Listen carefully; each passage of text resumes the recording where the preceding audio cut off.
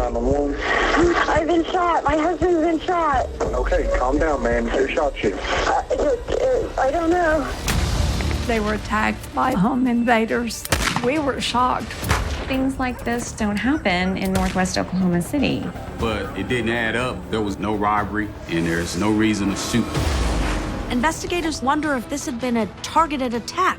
He gave me a big hug and told me that he was afraid. My brake lines have been cut. That sounds like attempted murder, don't you think? There is no doubt that something was terribly wrong.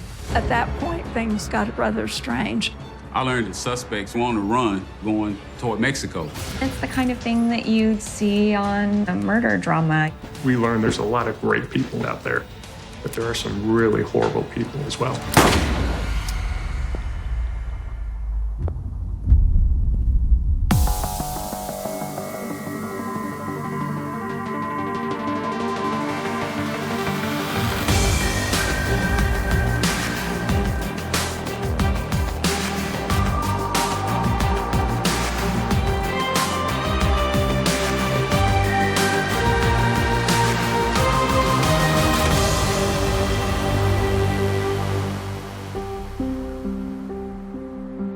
Two individuals come into a quiet, close-knit Oklahoma suburb, and within seconds, they change the community forever. This story got our attention at People magazine because it's the real-life proof that things aren't always what they seem. Just about anyone has skeletons in their closet, and some can be deadly.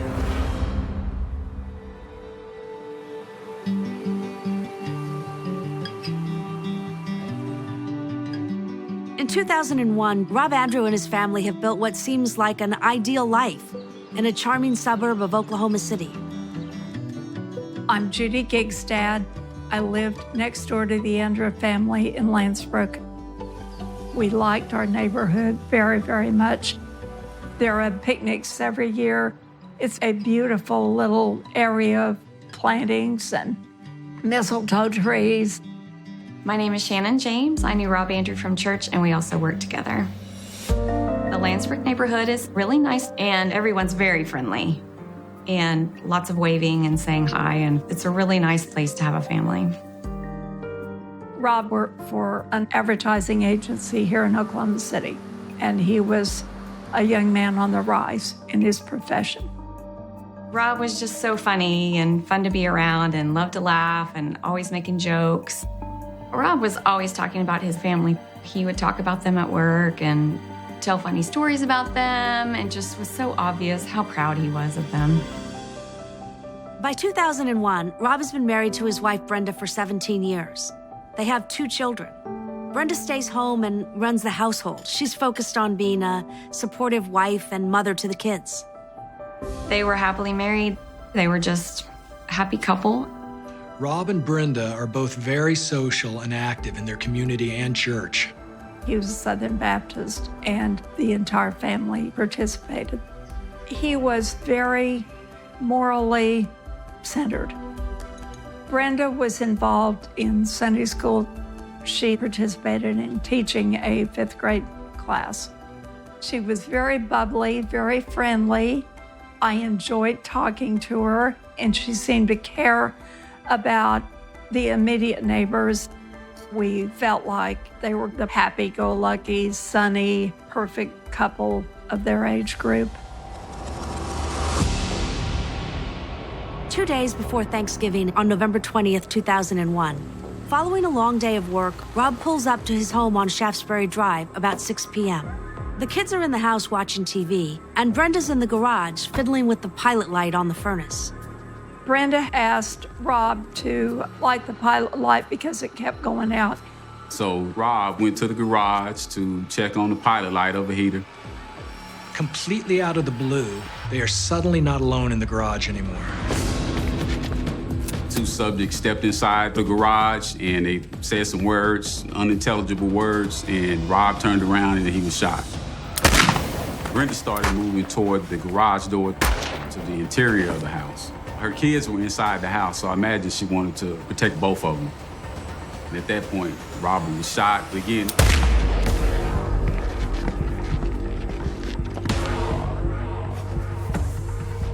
As the attackers run off, Brenda desperately calls 911. 911. I've been shot. My husband's been shot. Okay, calm down, man. Who shot you? I don't know. You don't? I don't know. They had on black masks. I don't know. First responders arrive within minutes to find Rob dead on the scene and Brenda bleeding from her left arm. Brenda said the persons that entered the garage were about Rob's height, and she said both of them had on a dark mask and had on a dark shirt. Brenda says the gunman fled on foot, and as far as police are concerned, they could be anywhere.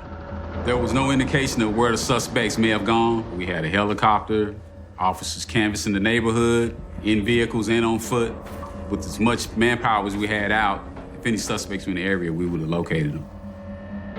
Police search the area, but they come up empty. It's as if the gunman vanished into thin air.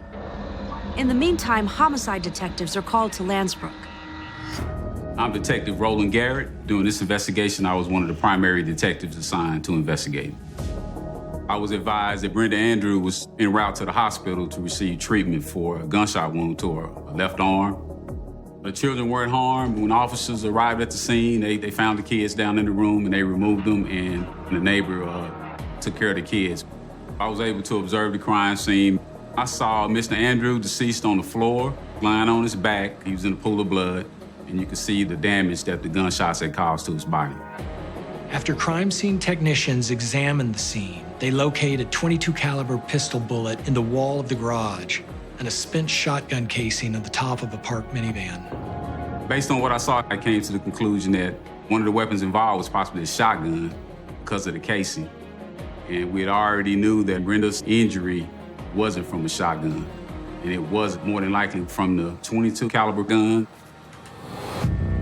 The use of two different weapons on Brenda and Rob matches up with Brenda's description that there were two armed men who came into the garage that day. But the question is why? After processing the crime scene, investigators find that nothing has been moved or taken from the house. We also had discovered that Mr. Andrew still had his wallet in his pocket. So no robbery or anything had occurred. Because this wasn't a robbery, police wonder if this had been a targeted attack on Brenda and Rob.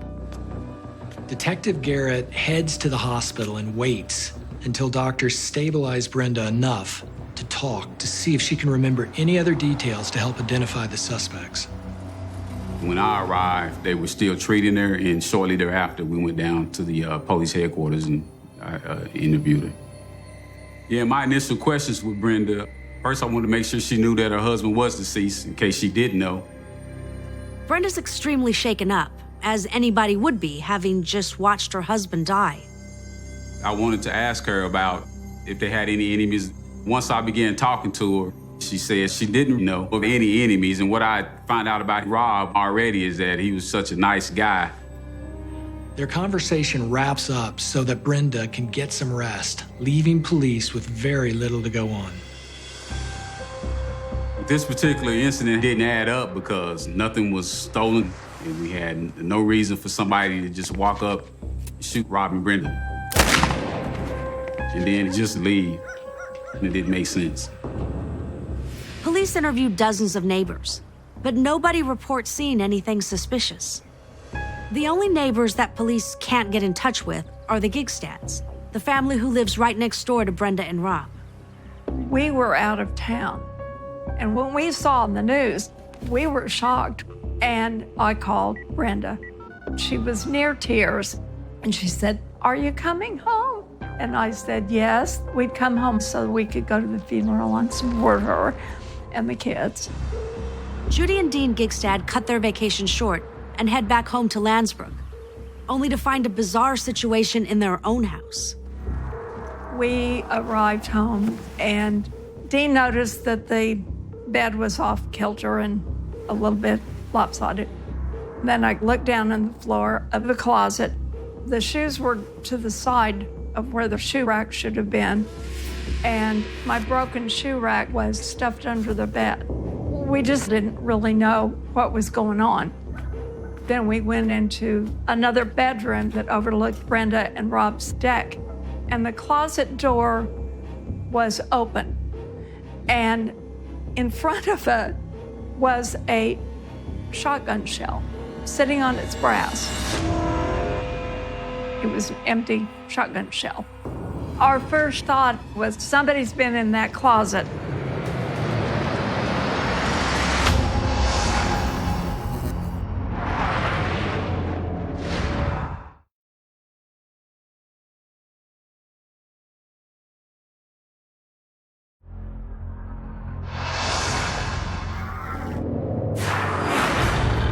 In November 2001, the day after 39-year-old Rob Andrew was mysteriously shot and killed in his garage in Oklahoma City, police get called to the residence next door, where Judy and Dean Gigstad have just made a disturbing discovery. When they went home, they noticed there's an attic crawl space in their bedroom. The door was slightly moved. And then they also found a spent shotgun casing on the floor in another room. My husband said, it looks like it was ejected and then left. And knowing that things were misplaced and broken in our house gave us reason for concern that somebody'd been in our house. And we were, of course, shocked. We had crime scene investigators go out. We found the spent shotgun casing. And we also found several live .22 caliber bullets up in the attic. The same caliber of a round that Brenda Andrew was shot in the arm with. Crime scene techs send the bullets and the casing for ballistics testing. They want to see if they match the weapons used on Rob or Brenda.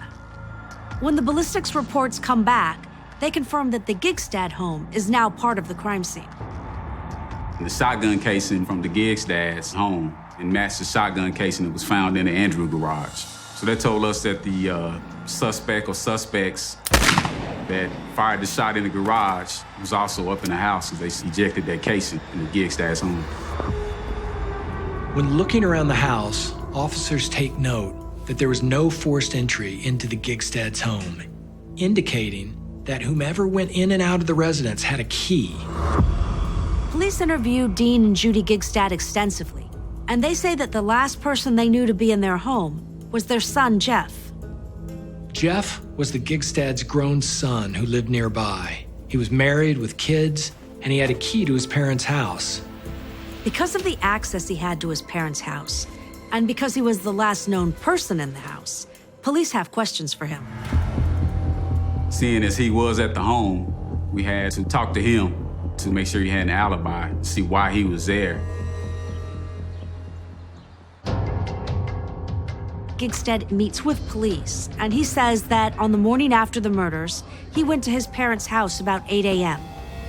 Jeff Gigstad's reason for being at the house was his parents was out of town. He was collecting the mail and going to check on the house while they were gone. Once we talked to Jeff Gigstad and his parents, we knew that he had a reason to be at the house.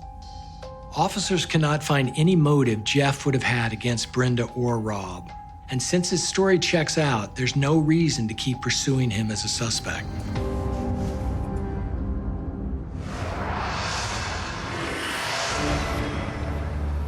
Over the next day, detectives go over the evidence and begin to develop a theory of what might have happened and how two masked killers could have disappeared into the night without anyone seeing them. Police estimate that after Rob and Brenda were shot, it would only take a matter of seconds for the killers to get to the Gigstad house, long before first responders could have arrived at the scene. Detectives speculate that the killers hid in the Gigstad attic overnight.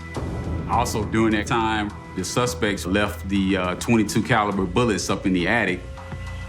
After that, police speculate that the killers may have come down the next morning when the coast had cleared, and that they broke the shoe rack as they did. When they realized they'd broken the shoe rack, they hastily hid it under the bed. But that doesn't explain the spent shotgun shell in the other closet. When referring back to Jeff Gigstad's story, Jeff says he entered the guest room around 8 a.m. It's very plausible the killers were inside the house and heard Jeff enter, prompting them to hide in the guest closet and cock the shotgun in preparation for being discovered. If the hunch is correct, it means Jeff Gigstad narrowly escaped the same violent fate as Rob. When I was told this, my reaction was shock. My gosh, Jeff could have been killed. And that was the main theme going through that, was Jeff's vulnerability when he came to get that playpen.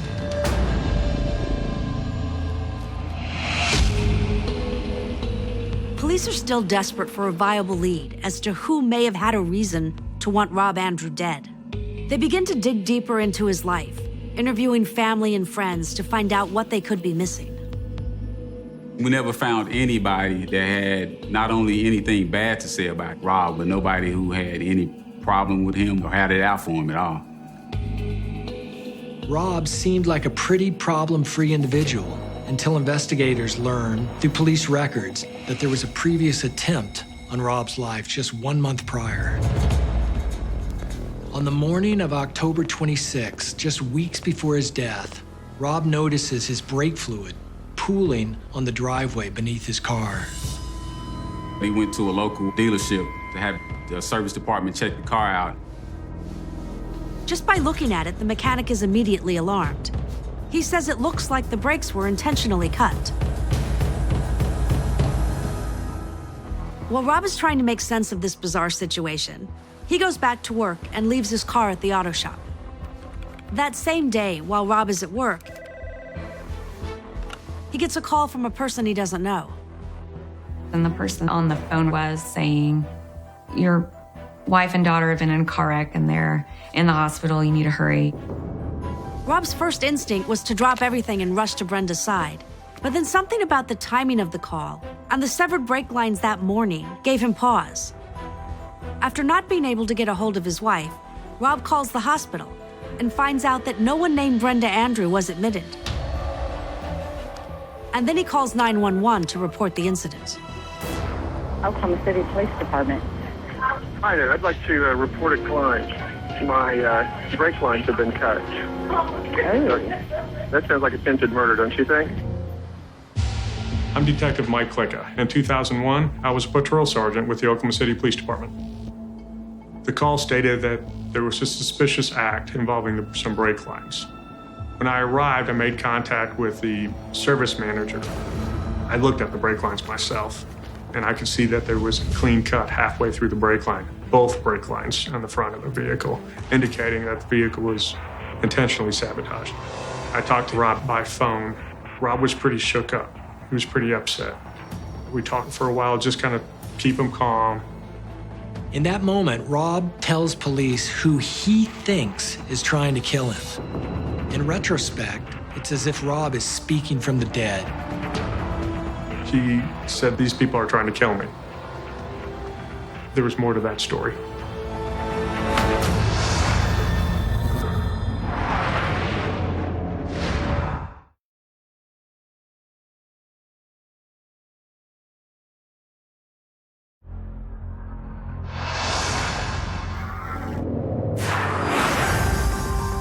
Just a few days after Rob Andrew is murdered in the garage of his home in Landsbrook, Oklahoma, police learn that it wasn't the first attempt on his life. Just a month earlier, Rob himself had called 911. My brake lines have been cut. That sounds like attempted murder, don't you think? Rob was scared, very scared. He tells police that he thinks he knows who's trying to kill him. It's a friend from church named James Pavat. James Pavat, who was a friend of Rob's and was Rob's insurance man. I handled all his life insurance, knew everything about him. Because they knew each other from church and that they were actually friends, Rob and Brenda decided to put their insurance with him. James seems an unlikely suspect. He's deeply involved in the Baptist church. He's a deacon, and up until recently, he worked alongside Brenda as a Sunday school teacher. James Pavat had formerly been in the Air Force. He'd lived here for a long time, had been married and divorced. After he left the military, he got into the business of selling insurance. He did not have a criminal record. I mean, if you met him on the street or met him in a casual or social situation, you'd think he's a great guy. Newly divorced in 2001, James became a close friend of the Andrew family, going hunting with Rob and serving as his financial advisor. He even recently secured Rob a very large life insurance policy. There was an $800,000 policy on Rob that was written by Pavot just months before the homicide. It was a sizable life insurance policy for his family in the case of an untimely death. But according to the police report that Rob filed, James is anything but the helpful, God-fearing do-gooder he appears to be. Rob said in his statement he believed that James was having an affair with his wife, Brenda, and maybe attempting to kill him off in order to secure a future with Brenda, bankrolled by Rob's insurance money. Rob felt like either Pavot could take him out or he could have someone kill him for him. Police check out James's background to see if there's anything suspicious that would make his involvement in the murder any more plausible. When police interview people within the church about the relationship between James and Brenda, they're surprised by what they say. We had several people come forward with information about an affair. We saw his car there one day, and Brenda introduced me, said, "This is my friend, James Pavot."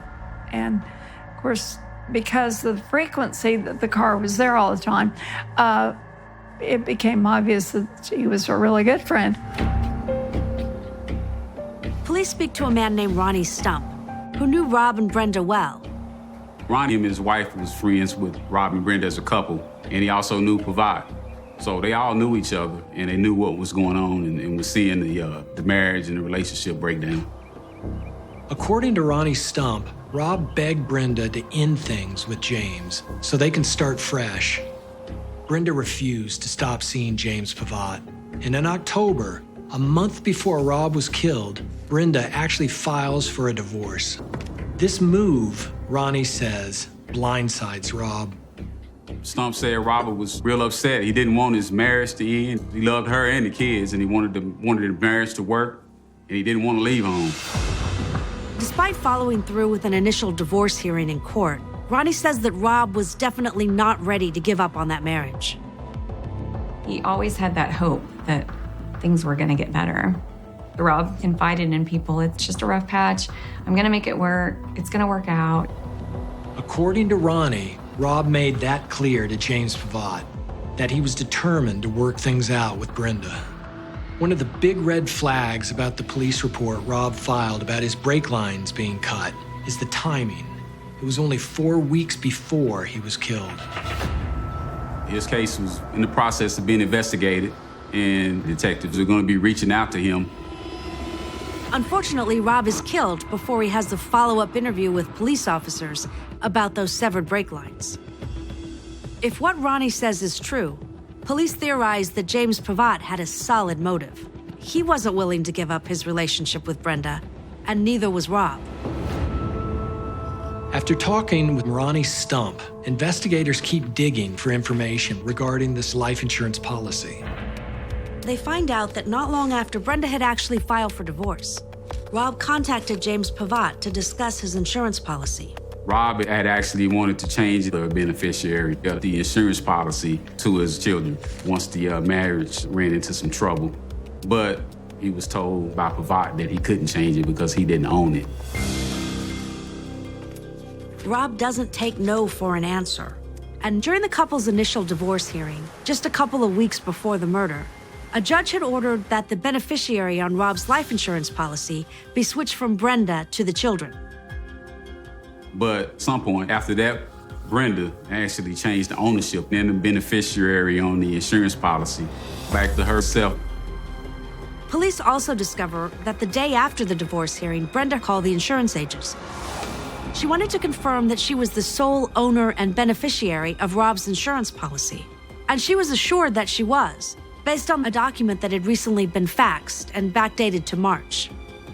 Detectives want to question Brenda regarding the suspicious changes to Rob's life insurance policy and the beneficiary designation going from her children back to her. Detectives prepare to question Brenda after Rob's funeral service the following day. But in a drastic turn of events, it seems detectives may never get that chance. On November 26, 2001, hundreds gather to lay Rob Andrew to rest. The place was packed, and Rob had a huge client listing and people who just loved him through work. It was really nice, although it was running about 20 minutes late. And then we waited, and the funeral kept not starting, and it just kind of kept getting to where, okay, it's past the time. What's the holdup? After a while, things got rather strange. At that point in time, we got a phone call, and we were told that Brenda and the children were not there at all. Brenda's family and close friends are in shock. This isn't like Brenda at all.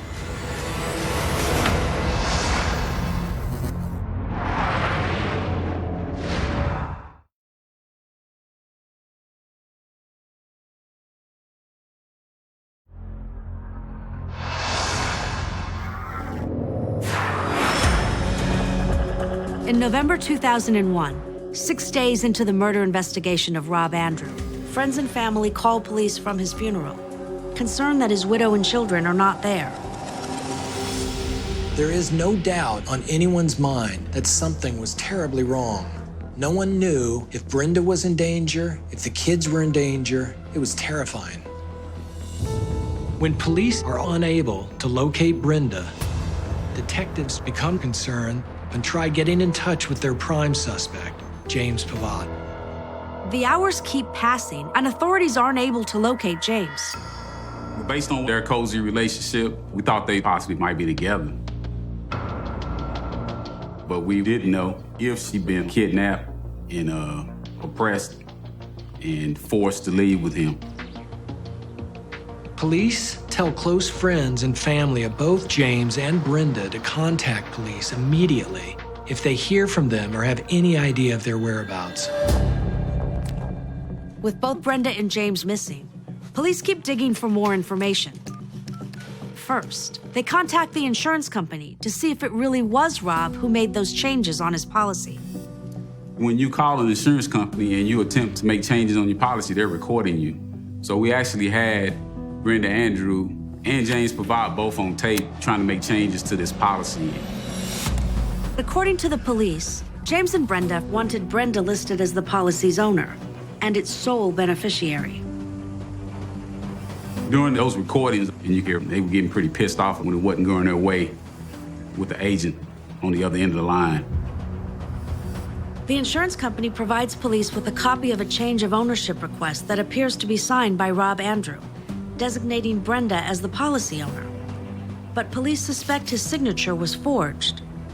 So detectives bring in a forensic handwriting expert to help them sort out the truth behind the suspicious document.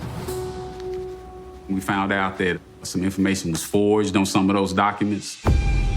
This discovery raises all sorts of red flags for investigators because it could be the first real evidence documenting a plot against Rob Andrew.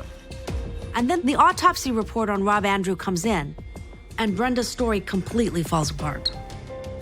The report reveals Rob was shot twice, likely with a 16-gauge shotgun from 2 different angles. The first shot is estimated to be from a few feet away, and the second shot is determined to be fired at close range, under 2 feet away, which does not coincide with Brenda's statements. She said the shooters were further away, near the entry of the garage, when they shot her and her husband.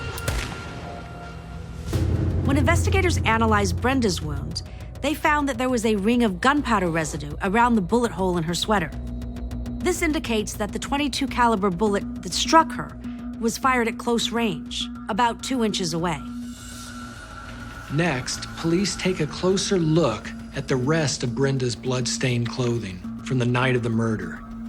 DNA tests show that most of the blood on Brenda's jeans was her own, but they also find Rob's blood. Rob's blood splatter had penetrated deeply into the fabric, indicating high-velocity blood splatter at close range, coming from an angle that was consistent to the location police believe one of the shooters was standing. Because of the blood spatter on her jeans, Our theory was the second shot was fired by Brenda Andrew.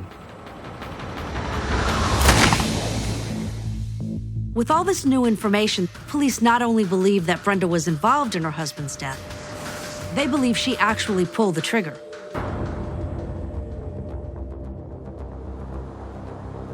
At this point, police make it known that Brenda is a suspect. And with Brenda and her lover on the run, detectives keep looking for evidence to build their case. I told the police that Brenda had a key to my house. We shared keys when we went out of town for mail and papers. Brenda would usually keep mail and papers in a sack and then just put them in the entrance hall to our house, knowing when we were coming home. That's when the police told us that they had an eye on Brenda and Pavat, and that they felt like they'd taken off. You know, those few days after Rob had been killed, I felt sorry for her. I felt the emotion that she was showing. I didn't disbelieve her, but that changed my mind about a lot of things. On November 29, 2001, law enforcement charges Brenda Andrew and James Pavat with first-degree murder and conspiracy to commit murder. Things like this just don't happen in Northwest Oklahoma City. It's a family neighborhood. It's a nice neighborhood, pretty affluent. And it's the kind of thing that you just see on TV in a murder drama, you know. You just don't expect it's gonna happen to someone you know. It was a big deal, seeing as this case involved sex, religion, and money. And Brenda being a soccer mom, suburban mother, suspected for murder. It was a big item, big news story. Let's get Brenda Andrew and James Pavat off the street tonight. Most importantly, bring these kids home safely.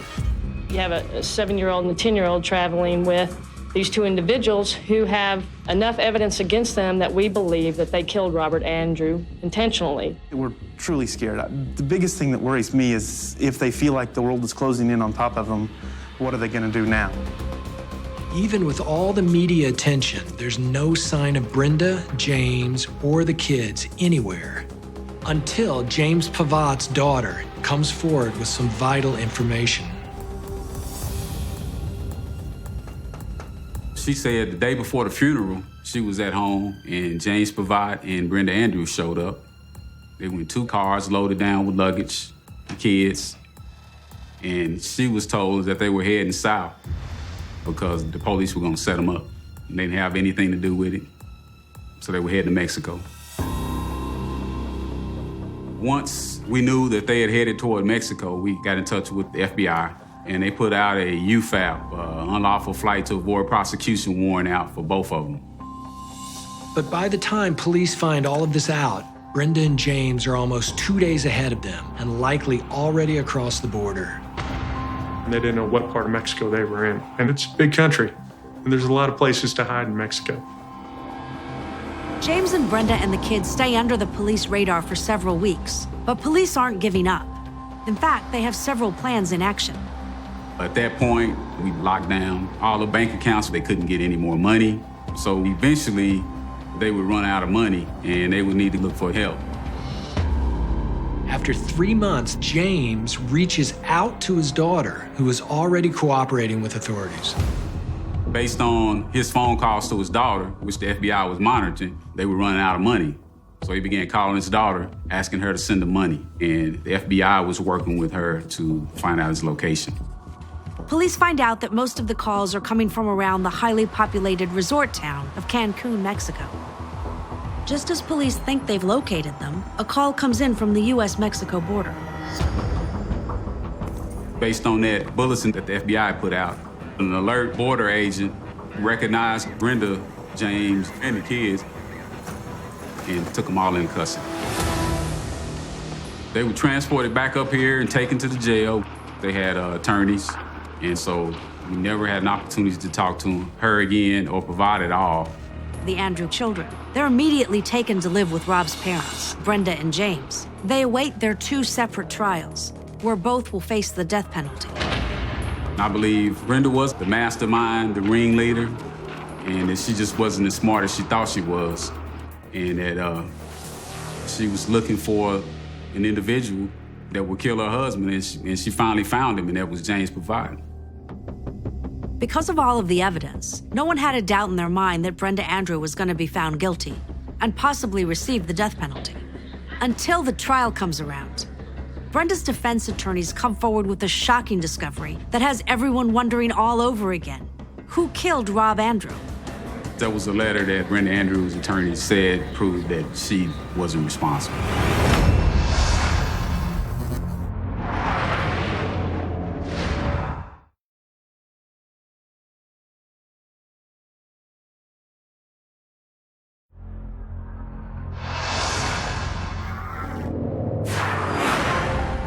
Three months after Rob Andrew was shot to death in November 2001, his wife Brenda Andrew and her lover James Pavatt are charged with his murder and both face the death penalty. My name is Michael Arnett. I was the defense attorney for James Pavatt. The state's argument in the Pavatt case was simply that James Pavatt and Brenda Andrew wanted to be together, that eliminating Rob Andrew would allow that to be possible. And in addition to that, Mr. Pavatt had sold Miss Andrew a life insurance policy on Mr. Andrew so that they, in fact, would be able to live quite comfortably after he was dead. Then in August 2003, James Pavatt goes on trial first. Based on the evidence, prosecutors paint a picture of what they believe happened on the day that Rob lost his life. A few days before Thanksgiving in 2001, Robert Andrew was going home. Little did he know, his wife, Brenda, and her boyfriend, James Pavatt, were laying in wait and had a plan to take his life. When he arrived at the home, Brenda summoned him to the garage to check on the pilot light of a heater. And as he turned around after hearing someone speak, he was shot.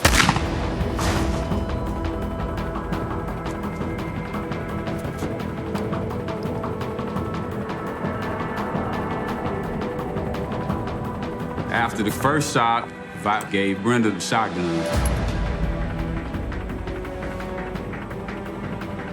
And then she fired the second shot.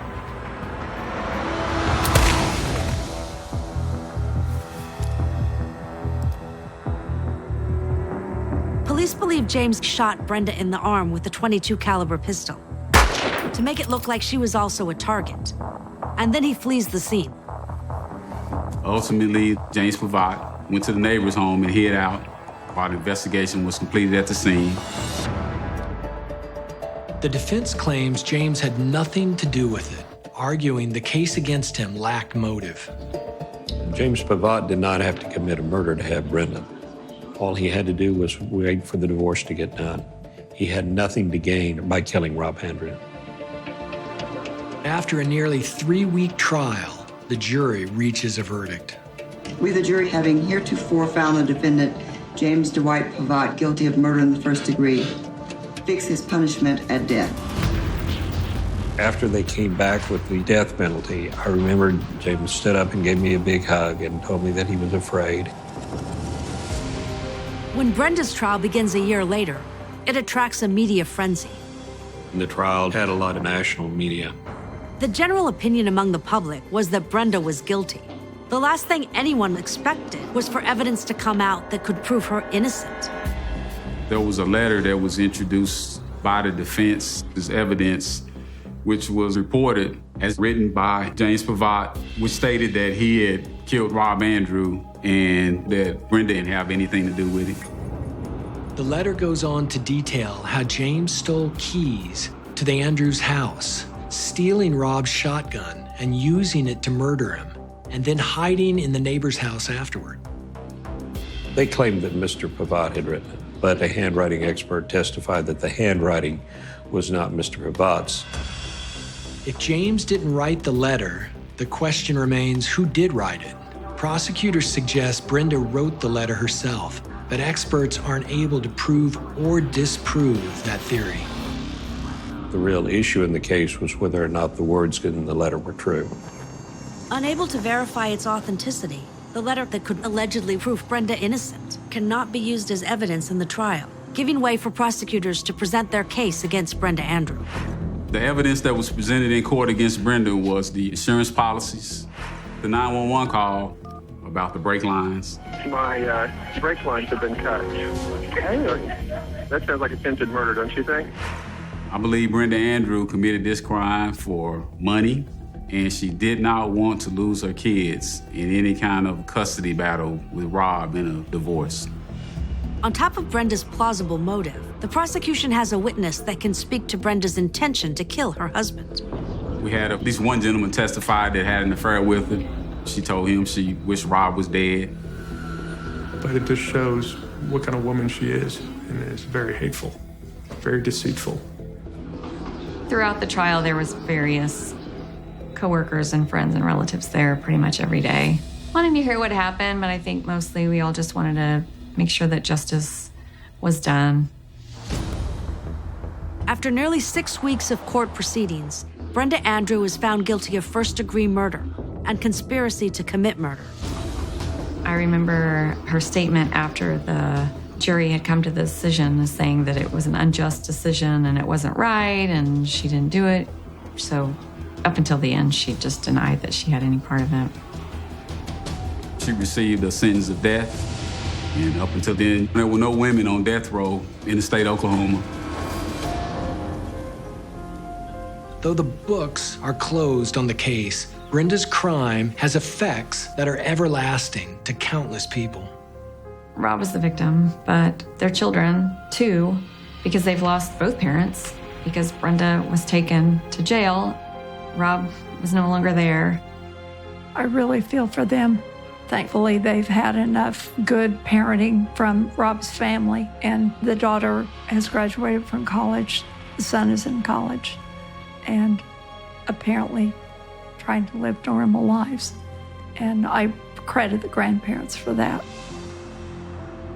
Even though years have gone by, Rob's loved ones all remember the lasting impression he left behind.